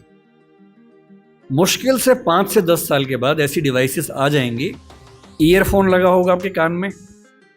आप जैसे, मैं भी जब विदेश में जाता हूँ, जहाँ अंग्रेजी चलती है वहाँ दिक्कत नहीं आती।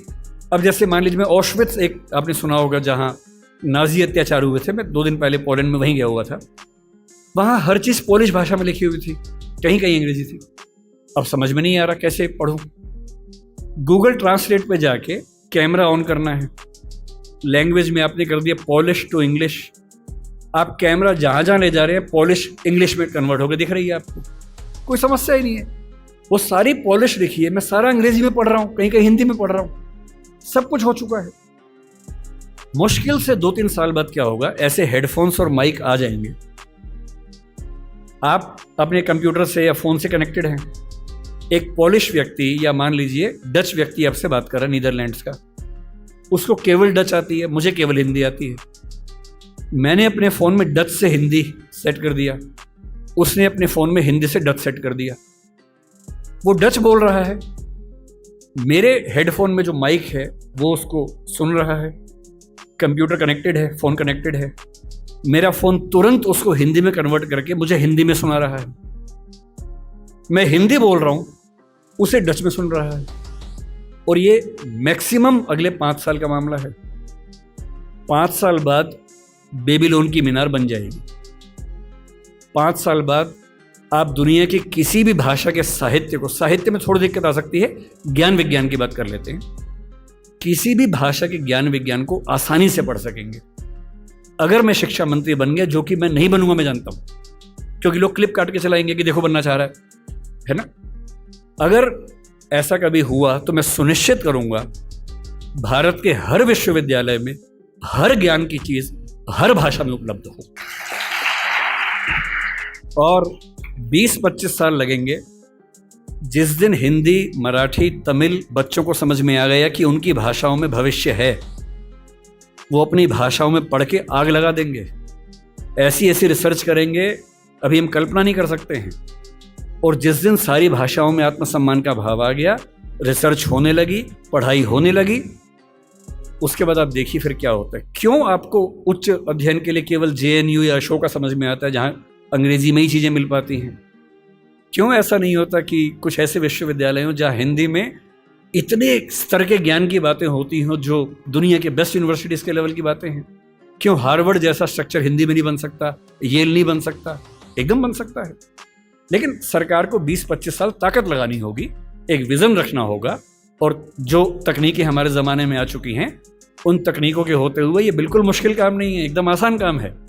बस एक विज़न हो, दृढ़ इच्छा शक्ति हो और 20-25 साल का समय, एक पीढ़ी गुजरने का समय।